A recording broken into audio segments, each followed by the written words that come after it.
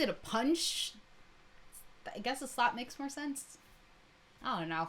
You're so violent today. What else did I do that was violent? 5 fingers to slap. That's a Charlie Murphy joke. Oh. Well, Rick James. Oh my gosh. Rick James. Anyways. Hi guys. Hey. Welcome back. I'm Gamer Becka. I'm Gamer Lynn. And we are 10 times 10. Back for another podcast session, you guys. Podcast. I don't even know why we call these things podcasts. I know, anymore. it's more video cast. I don't know. Maybe, you know what? Give us a good suggestion for a way to get this converted to a podcast. You know, I know how to get it converted to a podcast. Oh, you do? Yes, it costs money.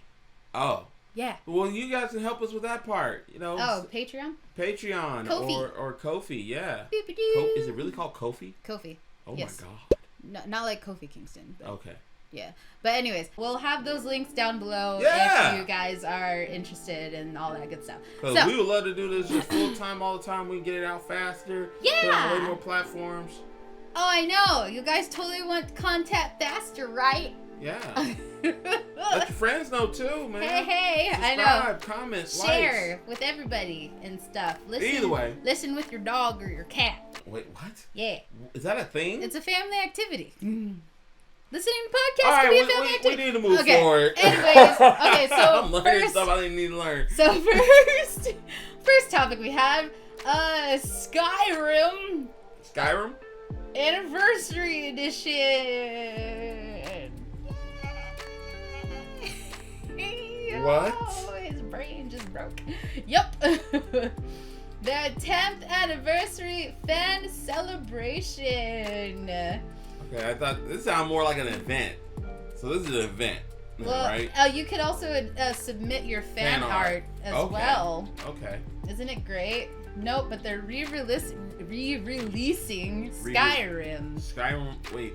What? Skyrim's been on everything. Okay, but wait. not the new consoles. Oh, you gotta get it for the new generation. Oh, no. Yeah. No. Isn't it great? No.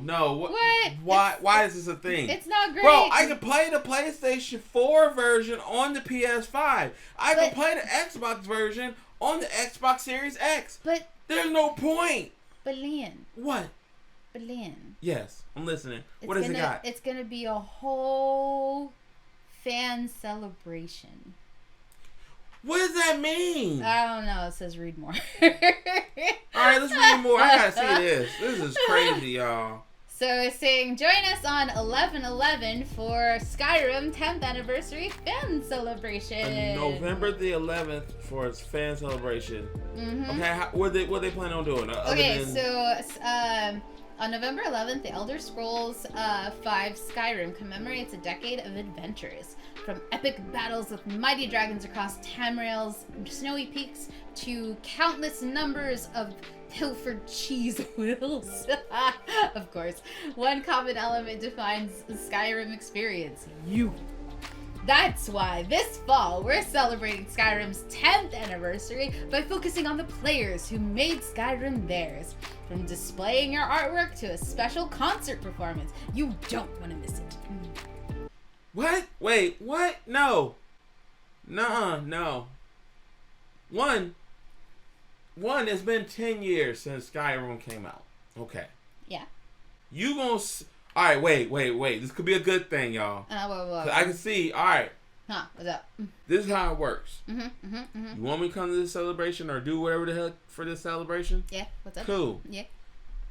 That means you're going to show me a bit of Skyrim 6 or Elder Scrolls 6, right? What? Right? You asking for too much. That's crazy. Then why are we talking about 5? Oh, because you're re-releasing the game? Yes, it includes, the Anniversary Edition includes Skyrim Special Edition and 74 creations. All 48 currently available and 26 to be released. This showcase... Wait, whoa. And then you admit that you short-ended me? You already telling me it's going to come with, how many? 48 of already pre-released, already out there, what, mods? I guess.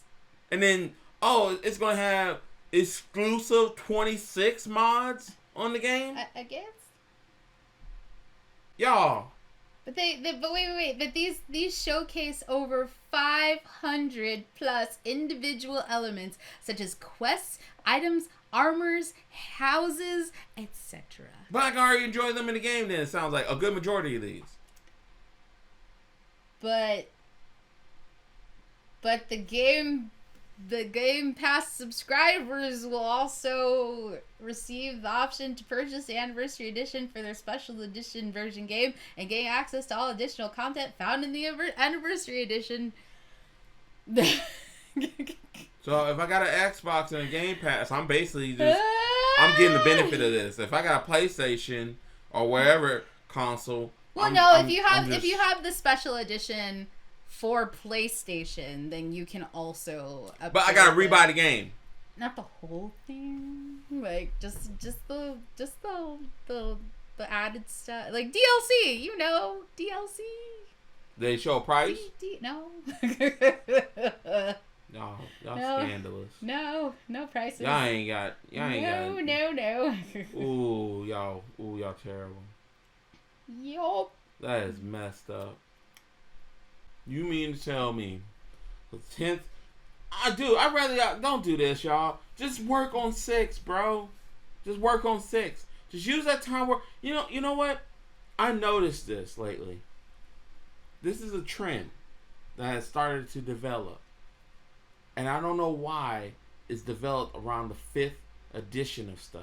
Oh, for Lord. Video games. Every time 5 comes around now, y'all just lose y'all minds. What a great segue into our next topic. What is wrong with the number 5? Seriously. Alright. Skyrim was a good game. Don't get me wrong. Skyrim was a great game. For a series that was basically on the up and up. Because, what was it? Oblivion was dope. I forget the other one before that. I didn't really get the chance to play with it because my PC was down for the longest time and I had to buy a new PC. And by that time, Oblivion was around the door and stuff. And even then, I was getting way more into console gaming. But we have had so many. And at first, I understood it because I felt like, okay, you guys are doing with Skyrim what Capcom did with Resident Evil 4. And it's basically just put it on every console, every platform, every different thing you can put it on. That's why the joke of you can play Skyrim on your refrigerator made sense and stuff like that. Because it felt like y'all was doing the same thing. And that was cute. But now you can play it on your Tesla. But now it's went too far. Because now y'all infected other games and other game series. For example, GTA. We've been stuck on 5 for about 10 years. At first it was cute too. It was like, oh yeah, we got 5 before the end of a console series and stuff like that. And then next thing you know, it's like, yeah, don't worry, because we're going to put it on the next console because it was so close. So it's like, oh, word? We couldn't just wait and just put it on the new console? You just tease me with the one and then you're going to put it on the other one. But don't worry, Lynn. We got first-person view on the PlayStation 4 and we got GTA Online, which now is like it's never going to end. GTA Online, it just took the thing to a whole nother level. And now it's almost like, do we really even need a GTA 6? Yes! Yes, we do! But Lee, make the game! Quit playing with us! Oh my goodness! But Liam. Yes. What about Persona 5? Okay, don't get me wrong. Persona 5 was a gem. But that was the same case with 3 and 4. And you know what? I even give you this too. It's like, you know what? Persona 5 Royal did just enough to where I went, you know what? This was good. This was still good. But now y'all went on and made Strikers. It's like, you know what? No. Stop it. We don't need no more. Royal was fine. Strikers ain't a terrible game or nothing like that or whatever. But dude, Persona 6. Move on. Don't make nothing else Persona. Don't do it. We're done. I love Joker to death. We're done. Move on. Don't get stuck. Don't fall into this trap. Well, they're not Atlas, don't fall into this trap. They're not currently on the 10-year mark, but they're definitely at 5. They're at a 5-year mark? Almost. Cool. No, right. yeah. So this is 2021, so yeah, it's 5 years. We're done. We don't got Persona 5, we're done. 5 years. We're done. Mm-hmm. Don't do no more. I don't need a Striker 2. I don't need a Persona Royal on the 5th edition. I don't... Stop. Anniversary. Persona 6. Move on. Cool. Because there's been so many other games too. It's like, yeah, what else we on the list that's had a 5 and all of a sudden we gotten trapped or stuck on? Gears 5? Okay. Technically that one doesn't count for multiple reasons. Okay. So Metal Gear Solid 4, I think, was technically the last game. Granted though, Konami on this cash grab made some off-put game after Metal Gear Solid 4 and it just blew up in the face. And now we're up here like, we don't know what's going on with Konami. But... Pachinko machines. I'm sorry. Maybe you again. We'll talk about that a little later. No, for sure. But I actually, at this point, we don't need a Metal Gear Solid 5. Just leave the series alone. Leave it dead. I know y'all probably planning it. And y'all gonna try to move on without it or do something. Just don't. Leave it alone. Leave it alone. That series can end. Let it rest in peace. Street Fighter? Oh, done. I'm done with y'all. You know what? I'm just like dude. Guilty Gear. Moving on. Oh, cool. Dang, wow. That one too was bad. Fallout? Jeez. Fallout? Oh. Because it's 76, not technically 5. That is funny. So yeah, we had Fallout 4, which was good, but even in 2, when Fallout 4, we were feeling like the engine was pushed through its paces, and now we need something different. Bethesda. So we needed to take a break, work on a new engine, which it looks like is what you guys are doing with the Starfield thing, which is cool. We can adapt that to Fallout and the other series of games, cool.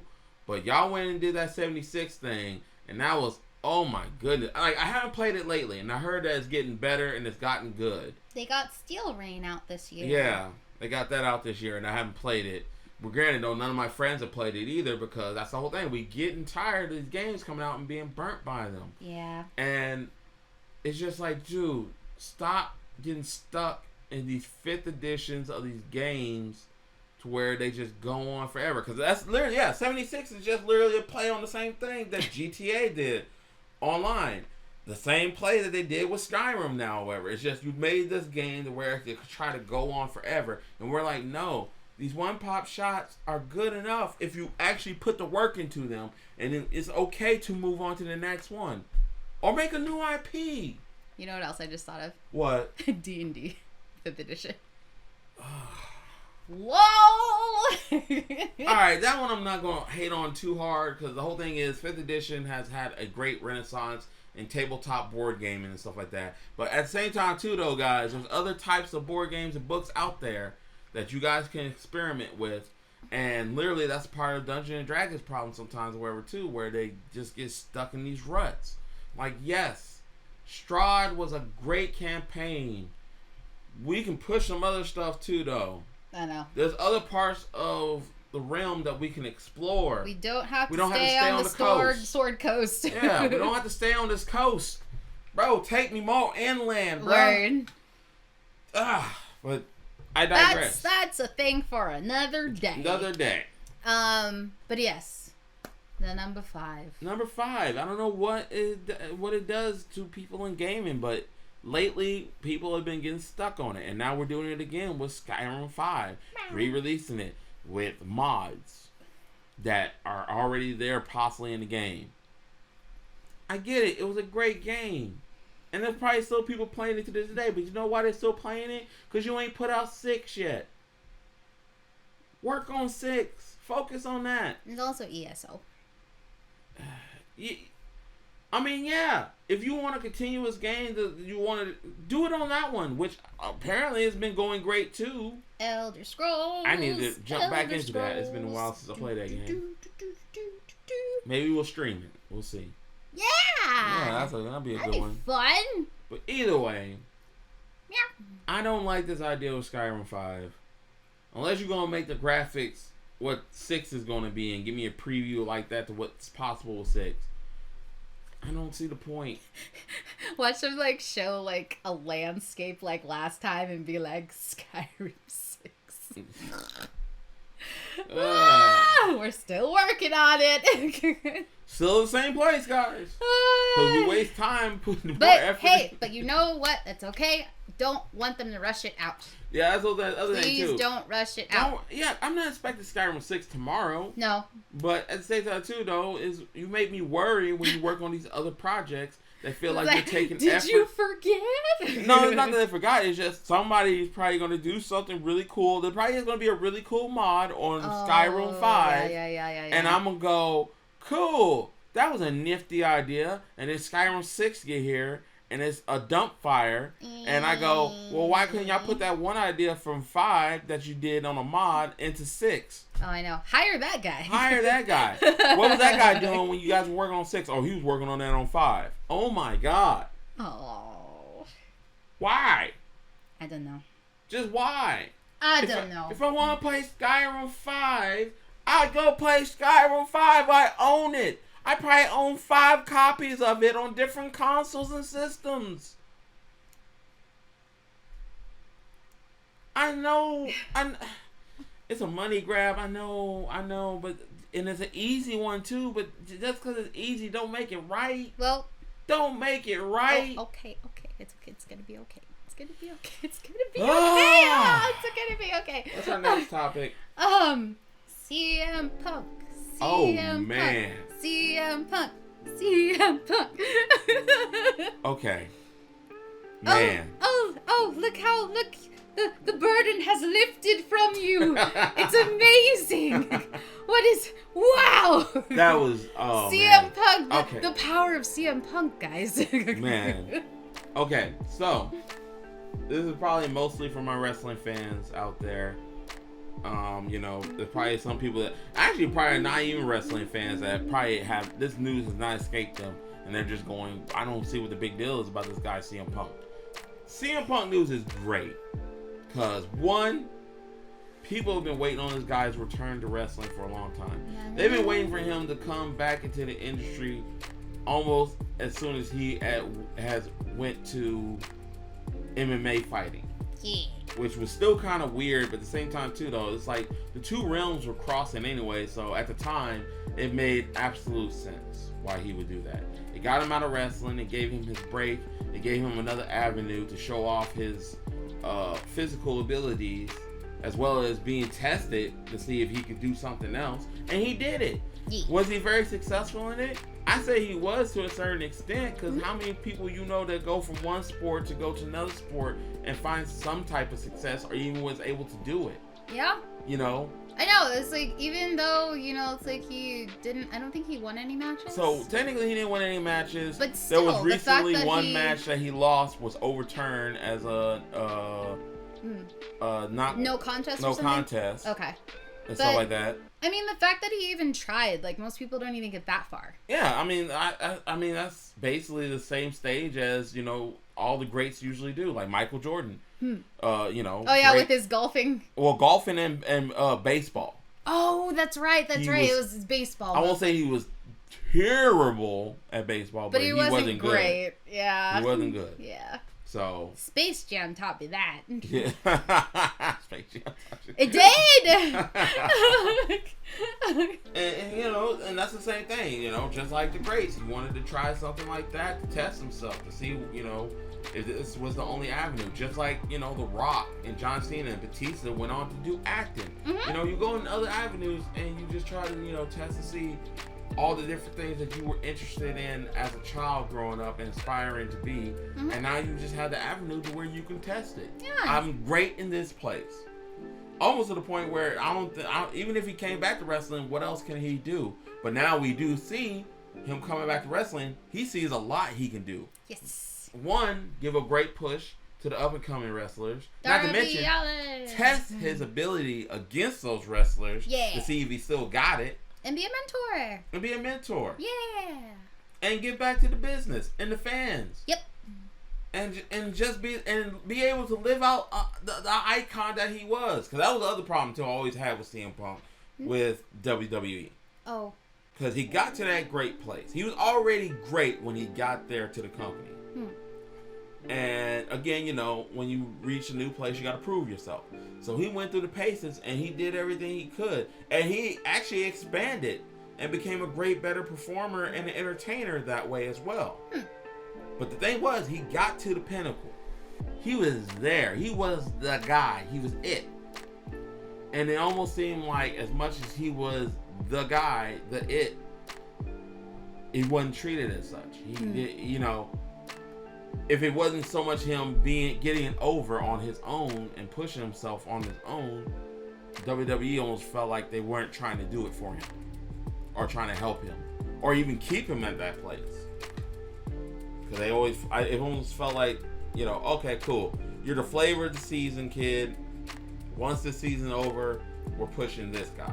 And they've done that with a lot of their great talent. And again, it's almost like that up and down thing, wherever of, you know, some guys are ready to go and they're ready to do business because they know they reached that pinnacle and they can't keep going at that pace. You know, that's your Shawn Michaels at a certain part of back in the day. You know, that's your Steve Austins, and then, you know, they pay their dues, and they also, you know, they do the jobs for the people because they knew where they were in their life when they did it. CM Punk was nowhere near that.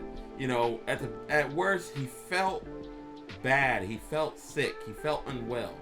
And it wasn't from him. It was just like he was done. It was, no, I really, you know, something is wrong here. Something is wrong going on with me and how I'm being treated that is just keeping me here. And nobody's listening to me or willing to change anything to help me fix that. So that's why I felt like with CM Punk, it was a big deal. They pushed, almost like they pushed him out the door before he was even ready to go. And they weren't willing to help him get back to that pedestal that he helped build for himself and actually give him his due. So now he has a chance to get that. That's he is good. Yeah, he is that. I'm saying, when I think back on his career, from the little bit I got to see of him in the Indies, because I didn't catch CM Punk a lot during that time. I was dipping in and out of the indie scenes of your Ring of Honors and your I forget the name of that promotion. There's so many promotions, Chikara and stuff like that, or whatever. That just come to mind. That's just like I was dipping my SCW or something. Yeah, I was dipping my toes into them. CZW. CZW, okay. Yeah, I was dipping my toes into them, and you know, I wasn't fully developed. I liked I even today I still say I like a lot more of my mainstream wrestling, and it's mostly due to the fact that it's way more easier to keep up with those wrestling personas. Way more easy to be able to view that wrestling and keep up with what's going on, because you know it's really hard to follow a wrestling story just like your television soap operas and stuff like that. You miss one or two episodes, you're totally lost on what happened. 1 second this guy's the good guy, the next thing the guy's the heel. Oh, I know. And you don't know what happened that made that happen. New in Japan, be up at like 4 a.m. Yeah, like... yeah.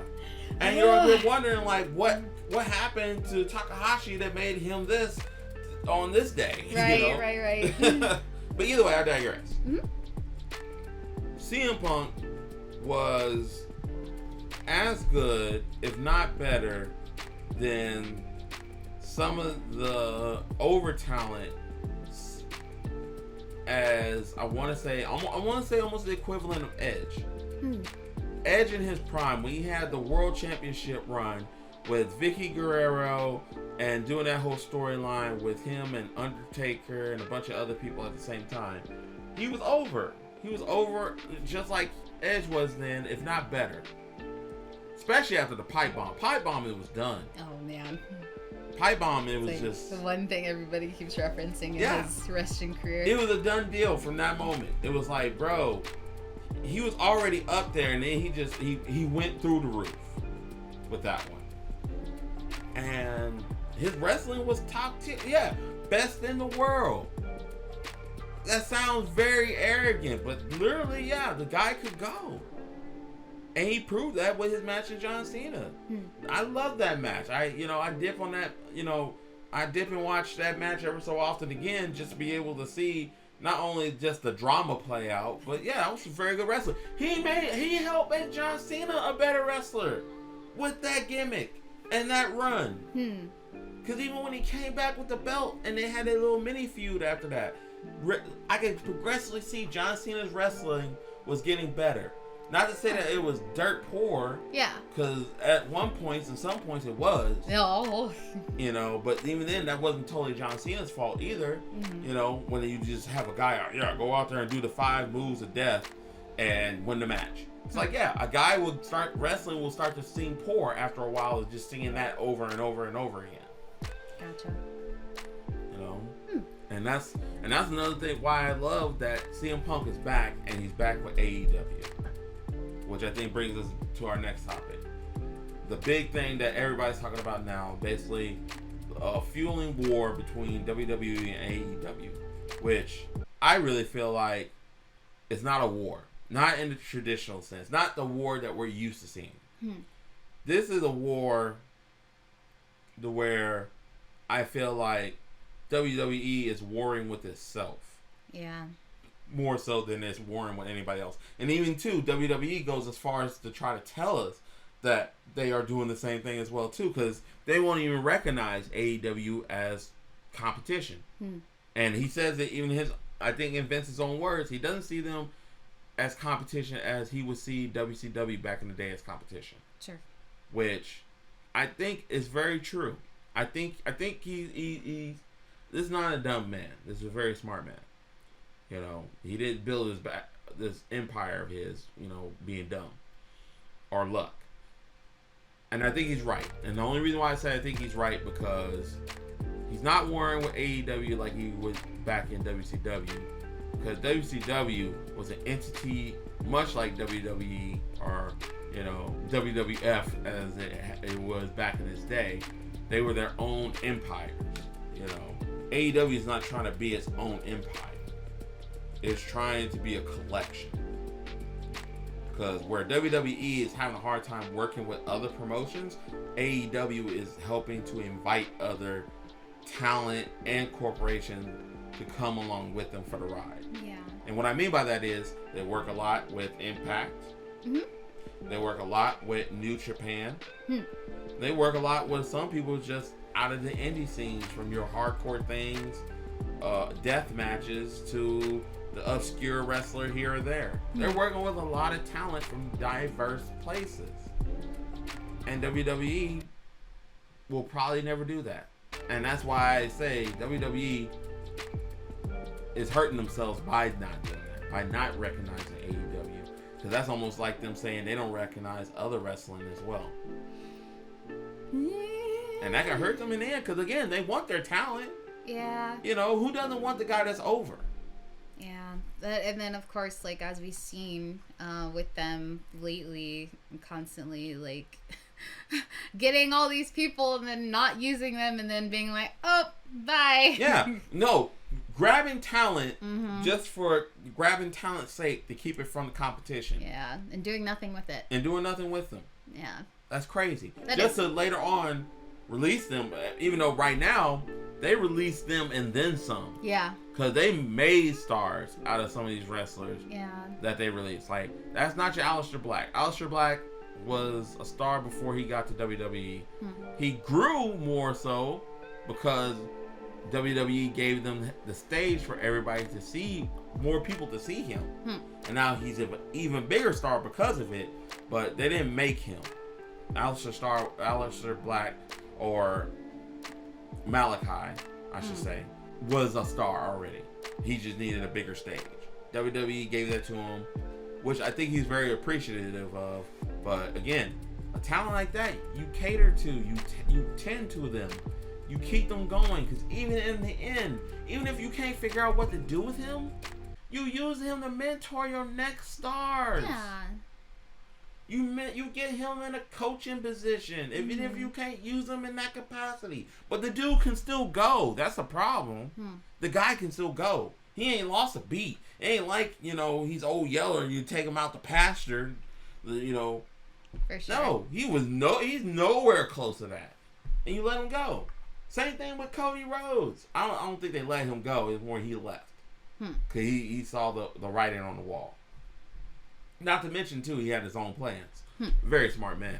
And this is the same thing that will keep you from future talent sometimes, too. Because, again, I'm pretty sure Kenny Omega at a certain point would have loved to have gone to WWE. He did his cup of coffee in WWE, so he has some interest, right? Why now? Why would he ever now? Why would he ever? He would probably love to still work with them, to collab with them at least.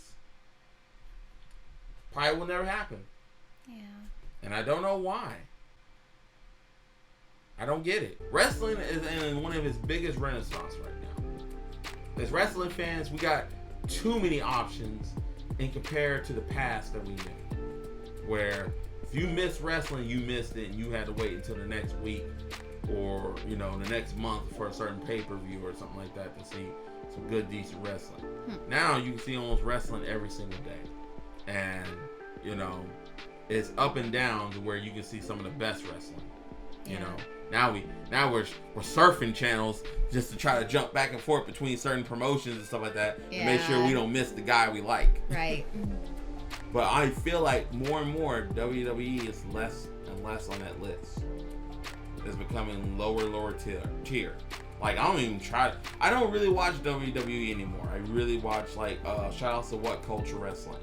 Shout out to Cultaholic Wrestling, I think it is. Cultaholic, yeah. WrestleMania.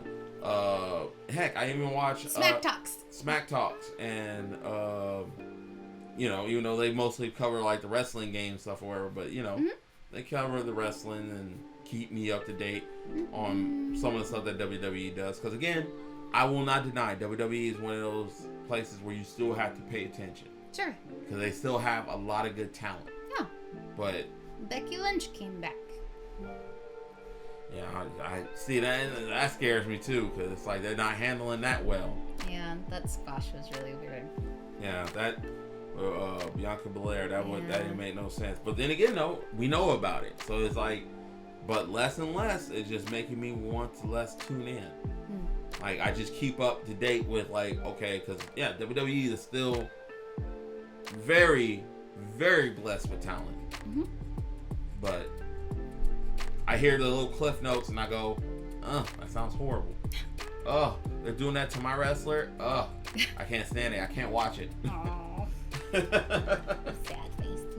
So, but again though, it's not so much that I want to see WWE fail. No. I want to see them both thrive. Yeah. I want to see AEW thrive. I want to see WWE thrive. I want to see it so good to where they get the indies involved. Because even our area, Bay Area wrestlers and stuff like that are very talented people. Yes. I would love to see them on the stage somewhere.